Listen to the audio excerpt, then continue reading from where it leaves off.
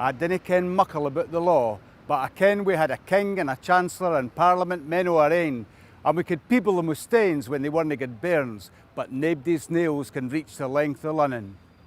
It was always one of the enduring arguments for the reconvening of our parliament, indeed for independence, that our elected representatives would always be directly answerable to the people in a parliament of our own, in contrast to remote London control. That is why this very quotation is inscribed in the walls of Parliament. The Scottish democratic sentiment expressed by Scott is quite literally in with the bricks of Holyrood. Therefore, it is not at all clear when, or indeed why, but the Scottish Parliament corporate body have taken the extraordinary step of petitioning the UK Home Secretary to bring forward legislation to limit our right to protest outside the People's Parliament in Holyrood. I say extraordinary because the value of the people's voice and participative democracy is woven through each of the founding principles of our reconvened Parliament.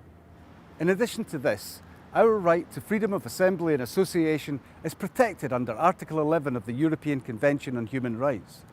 Indeed, this concern has been voiced by Amnesty International, Scott Crichton-Stiles, a senior lecturer in law at the University of Aberdeen, and even the SNP virtual conference was moved to express some concern. Meanwhile, our vibrant and very real Alba Party conference voted unanimously to stop this affront to democracy, and Kenny McCaskill and I have been following that instruction diligently. Sadly, the same cannot be said to date of the SNP. Since lodging our EDM last week, only Joanna Cherry and Douglas Chapman have signed their name against these draconian powers. On Sunday, I wrote to key members of each of the political parties appealing for their support to ensure this matter is put before Parliament for debate and then to a meaningful vote. We shall see what transpires.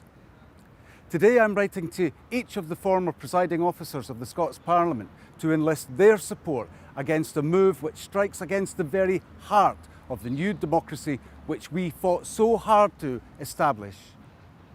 We know that the legislation was brought forward in secret and for reasons unknown.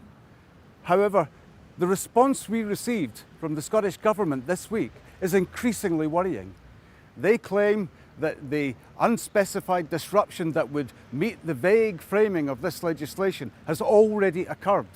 No one knows what the disruptive event they allude to was, but Kenny and I will be following this matter up and pressing colleagues who believe in our democratic traditions and our cherished civil liberties to show a united front to secure the annulment of this unnecessary and shameful legislation.